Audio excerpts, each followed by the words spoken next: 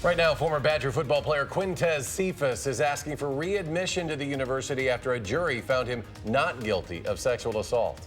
And Lake Delton police say surveillance cameras at a Wisconsin Dells wave pool have helped them identify a man accused of sexual assault.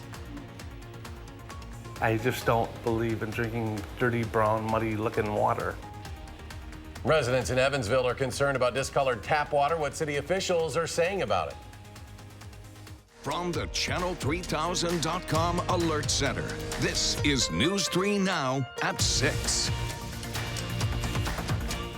Thank you for joining us tonight. Former Badger football player Quintez Cephas is seeking readmission to UW-Madison. It comes after a week-long trial ended in not guilty verdicts for Cephas on charges of sexual assault. Madeline O'Neill is here to tell us what comes next. Maddie? Eric and Charlotte, Cephas' legal team tells us they filed a petition for his readmission to UW this afternoon. After the sexual assault accusations, Cephas was suspended from the football team and expelled from the university.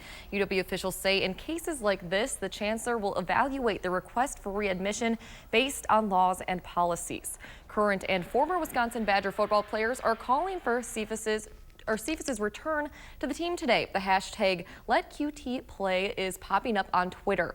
Former Wisconsin running back Dare Agumbawale tweeted, "Now that the nonsense is over, there's no reason for him not to be on the field with the boys this season."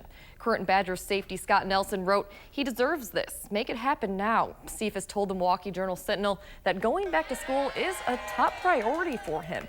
And he's kept up with his training, saying he has been able to get into the best shape of his life. Now his lawyers have asked UW to respond to the petition by Thursday. All right, Maddie O'Neill reporting. Maddie, thank you.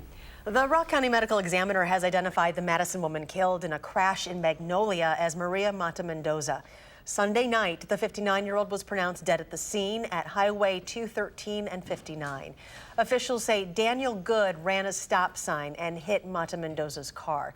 He was arrested on his 4th OWI charge and is being held on a $20,000 bond. A judge ordered him not to drive or consume any alcohol. A man is facing felony sexual assault and false imprisonment charges in Sauk County stemming from an incident in a water park on Saturday. A woman says the 34-year-old man grabbed her while in the wave pool at Mount Olympus. Our Amanda Quintana has the details on what police say helped in the arrest. A woman was on vacation with her family when she says during a wave at this wave pool, a man grabbed her and touched her inappropriately. We can review the before and the after and assess what transpired, and it's really been beneficial to our investigations. Lake Delton police say thanks to cameras at the wave pool, which a city ordinance required about 3 years ago, they were able to make an arrest. 34-year-old Marcos Funes Hernandez is now facing 2 felonies, second-degree sexual assault and false imprisonment. The wave pools, and these are isolated incidents that happen, that wherever you go, there could be some bad people out there that are going to be a creeper. Since the cameras have been required, Detective Sean Pozowitz says calls for those incidents at wave pools have been drastically reduced by about 75%. You're going to have people crashing into one another, and things of that nature. It's also assisted in the opposite end of the spectrum where people really didn't know, hey, was it an assaultive behavior or was it just something that a wave bumped 2 people into one another. It's helped in those situations too. In this case, cameras show it was no accident. The woman saying the man she's never met targeted her, then wouldn't let her go. Funes Hernandez is out on $5,000 signature bond, and he is scheduled for pretrial at the end of the month. In Lake Delton, Amanda Quintana, News 3 Now. Mount Olympus refused our request for comment. If convicted, those 2 charges have a combined maximum sentence of 46 years in prison. To weather now, we have another hot day coming tomorrow with a slight chance of storms. Let's check your first alert forecast with Chief Meteorologist Gary Canalti. Gary? Charlotte, temperatures will be in the mid-80s for tomorrow, and the humidity levels will be high. That could lead to a couple of scattered showers and thunderstorms ahead of a cold front. Now, this evening, there have been a couple of showers west of Madison, but those are dying out pretty quickly across the southern portion of Greene County, south of Monroe. As we put the radar in motion, you can see there's really nothing upstream. So Once those showers are out of the area, I think we're probably going to stay dry for the rest of tonight. Temperatures right now are in the lower 80s across southern Wisconsin, a little cooler near Lake Michigan. Temperatures dew point temperatures are in the upper 50s to around 60, still pretty comfortable, but the humidity levels will increase for tomorrow. Look for skies to become clear overnight, maybe some patchy fog by morning with a low of 62. Tomorrow, look for a high of 84 as we turn partly sunny, warm and humid, but there could be a thunderstorm chance later in the afternoon. That's your News 3 Now First Alert forecast. Thanks, Gary. The first of 3 people charged with beating a man to death in a Lodi home last fall will spend 7 years in prison, 5 years on extended supervision. Police say Jacob Johnson beat Dalton Ziegler, leaving him to die until officers found him the next morning. Prosecutors argued Michaela Tracy, who is also facing charges, thought her boyfriend was cheating on her and asked Johnson and Drew Luber to come to her home. Ziegler's mother spoke directly to Johnson at today's sentencing. He had the whole world at his feet and the whole world ahead of him, and you took that away in 30 minutes. Johnson's attorney argued his client was a low risk for reoffending and felt genuine remorse for his actions, including seeking treatment for nightmares he had days after the crime. Drew Luber will be sentenced next week. He pleaded guilty to being party to the felony murder. Michaela Tracy is scheduled for trial in January. 9 Sun Prairie residents have filed a lawsuit against the companies involved in last summer's downtown explosion. The lawsuit filed on Friday says the residents suffered significant economic losses, anxiety, and disruption to their personal lives due to the explosion. The plaintiffs all lost their homes and property in that explosion. Their lawyer says it's been a traumatic experience to lose everything and have to start over in an accident that should have been prevented. Johnson Controls International is spending $140 million to clean up pollution from firefighting foam in northeastern Wisconsin. Those cleanup efforts will happen in Marinette, where the company's Tyco Fire Products company has been testing the foam for decades. In 2017, it started investigating how PFAS chemicals in the foam were affecting groundwater. Last month, state environmental officials ordered Johnson Controls to broaden its assessment of the contamination by testing groundwater, soil, and surface water. Hundreds of people in the city of Evansville are dealing with dirty, brown-colored water. But tonight, the city says it is still safe to drink and cook with that water. Rock County reporter Adam Duxter joins us from our bureau at the Janesville Gazette with why some people there are not believing that. Adam? Well, Eric and Charlotte, it was just yesterday that our viewers started expressing their concerns over their drinking water in the city of Evansville. And while the city says it's safe and will be going away soon, some say it's not the first concern they've had with their water to begin with. This viewer video shows what nearly 1 in 10 people in Evansville are dealing with right now. Brown, discolored water all throughout the city. Tammy and Louie Pomplin say they've seen it in their home too. It was like yucky brown.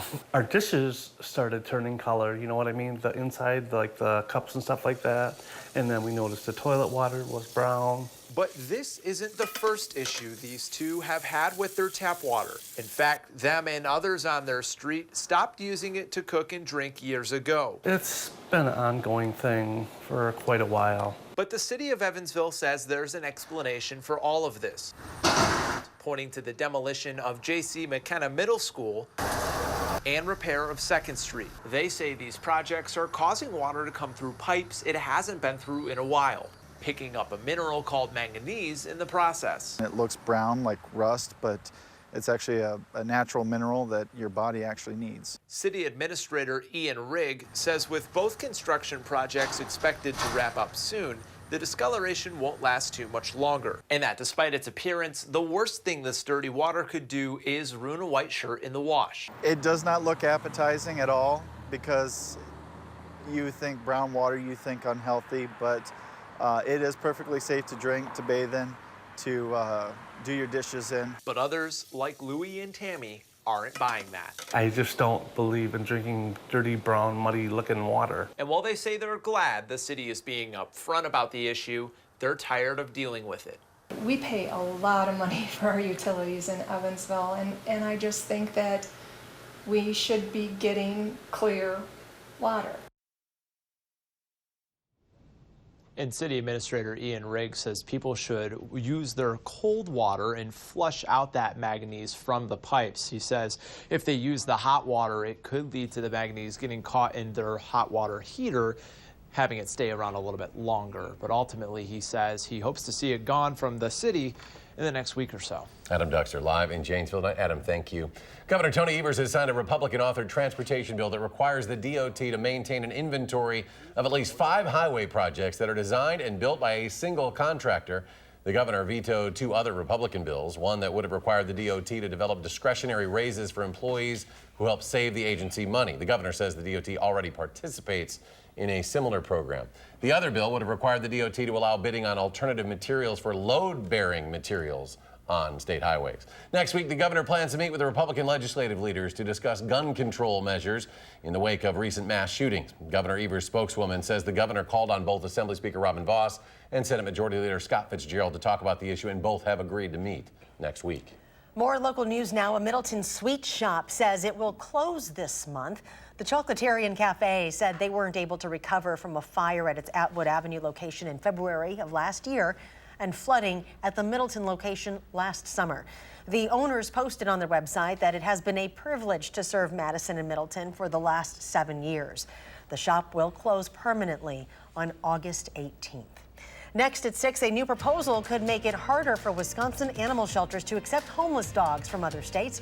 What a state consumer protection agency is proposing to keep illnesses from spreading in those facilities. And there's more local news ahead. Madison Mayor Satya Rhodes Conway wants to change the way police officers respond to mental health episodes after a highly criticized incident involving an African-American teenager. What she's proposing tonight on News 3 Now at 10.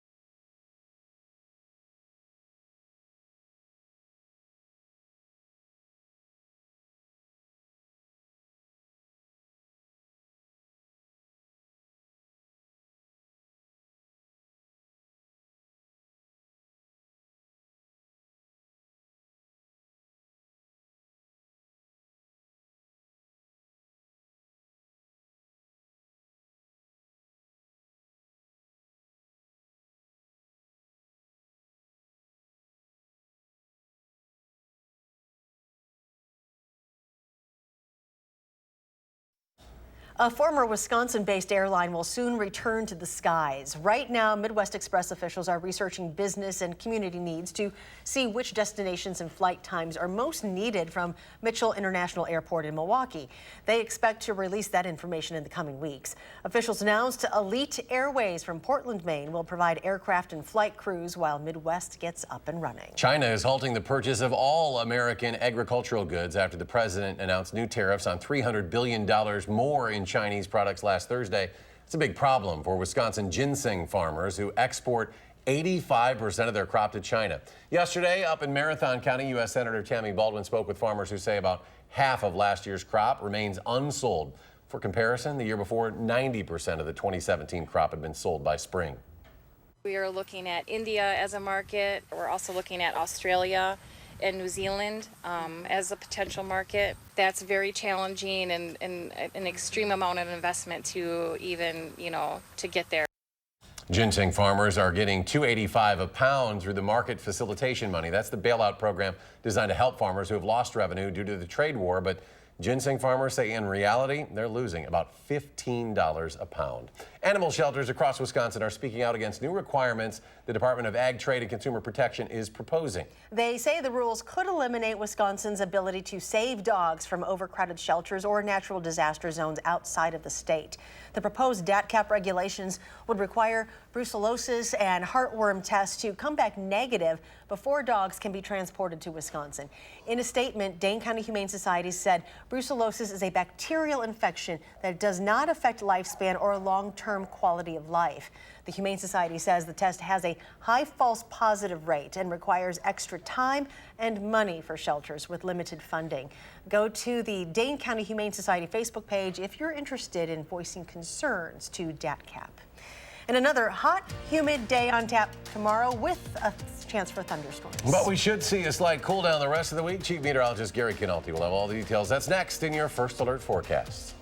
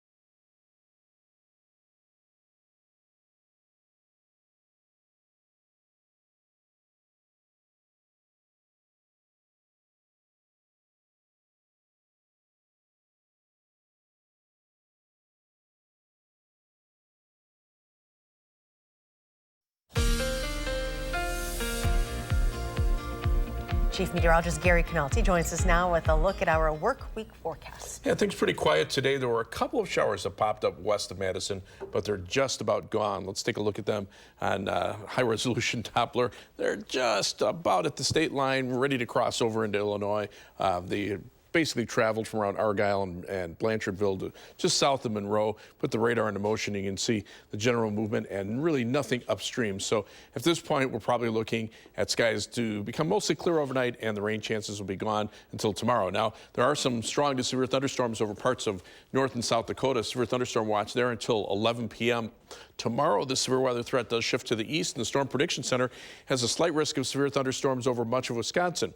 Gusty winds and hail would be the main threats. Now, the problem is that some of the computer models really aren't showing much in the way of thunderstorm development. So it's possible that a few people could get some strong thunderstorms, and many others might not see any rain at all. So that bears some watching for tomorrow. You can see the latest computer model forecast showing less than 1/10 of an inch of rain over much of southern Wisconsin, but there could be some spots, especially up in the northern part of the state, where they pick up between 1/2 inch and 1 inch of rain and a heavier thunderstorm. So it depends on where those storms develop and which way they track. The time lapse from the Quebe Radio Skycam in Platteville shows some morning clouds giving way to afternoon sunshine, and then we had some buildups of clouds, and watch that shower. There it is, right east of Platteville. That's the one that's now tracking into northern Illinois.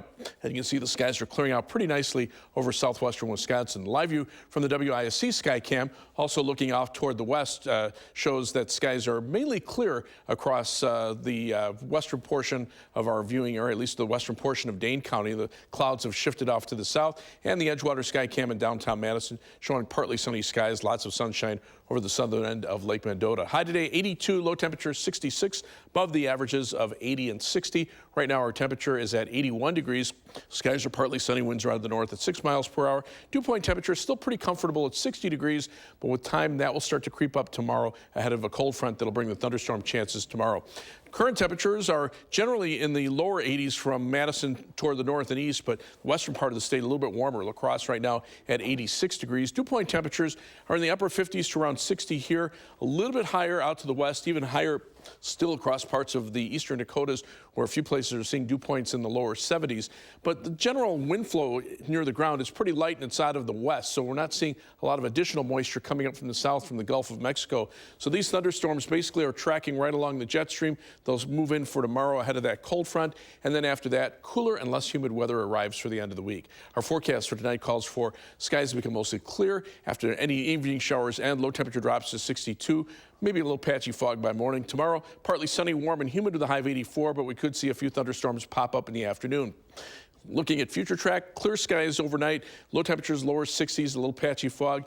You can see very little in the way of thunderstorms showing up on future track forecast for tomorrow into tomorrow night, with low temperatures dropping to lower 60s. So again, that severe weather chance, very conditional on whether storms even develop at all. But Thursday should be cooler and less humid with highs in the mid 70s. Rainfall amounts where it occurs less than 1/10 of an inch in most areas. But after we get that cold front through, weather turns much nicer for the rest of the week into the weekend and much of next week as well.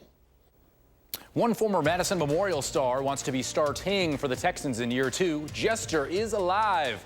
Top Gun, come on. Sports is next.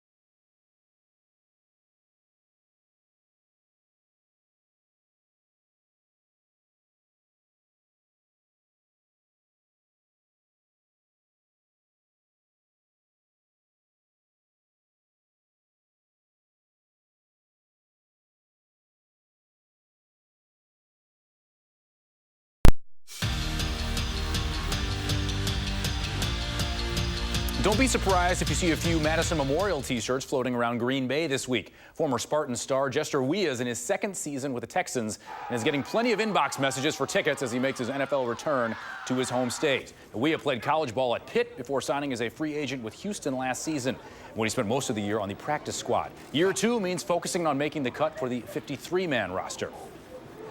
It's been a grind every day. You just got to get better each and every day, focusing on my craft and just making plays when the opportunity presents itself. Just playing big and fast and just using my size to my advantage. That's awesome, man. You know, it feels good to be back home, good to see family and friends, and just feel that good Wisconsin air. Packers president Mark Murphy called receiver Jordy Nelson one of the greatest Packers of all time. It's hard to argue. Top 5 in catches, touchdown catches, receiving yards, and 100-yard games. Today, number 87 made it official, retiring as a Green Bay Packer. Nelson, a second-round pick out of Kansas State in 2008, spent his first 10 seasons with the Packers before a one-year stint with the Raiders last year. He played with and alongside really good receivers. And today, Nelson said the key to his long-term success was being a good listener. One thing I always tried to do was never have to be told a second time. I mean, if Aaron was talking to Donald or Greg or those guys, I wanted to be able to learn if it was from their mistakes or what they did well, to where he didn't then have to tell me a couple years later. So you kind of just were always growing. So a lot of it's just paying attention. When asked about having joint practices with the Texans, Aaron Rodgers simply said, "I'm glad it's over." The follow-up questions of why so, he said, "So we can get on to the rest of training camp." Okay, so is there anything positive to take away from running against fresh faces? The tough part is they're not trying to show a whole lot. We're not trying to show a whole lot. So there wasn't a ton of diversity in the plays or the defensive schemes. You know, the physicality is a good thing. Going against somebody else is a good thing. But schematically, there wasn't a lot shown. Tigers and White Sox day baseball. Watch this, 9th inning. Foul ball, Jose Abreu. And with Williamsport approaching us in the Little League World Series, this kid getting warm.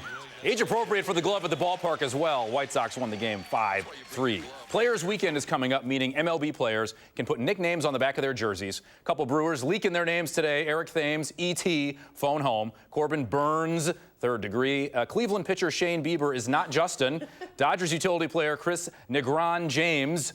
For Major League movie fans, Rockies pitcher Carlos Estevez is a wild thing, and Braves Chad Sabatka channeling his inner Wookiee with Chewbacca.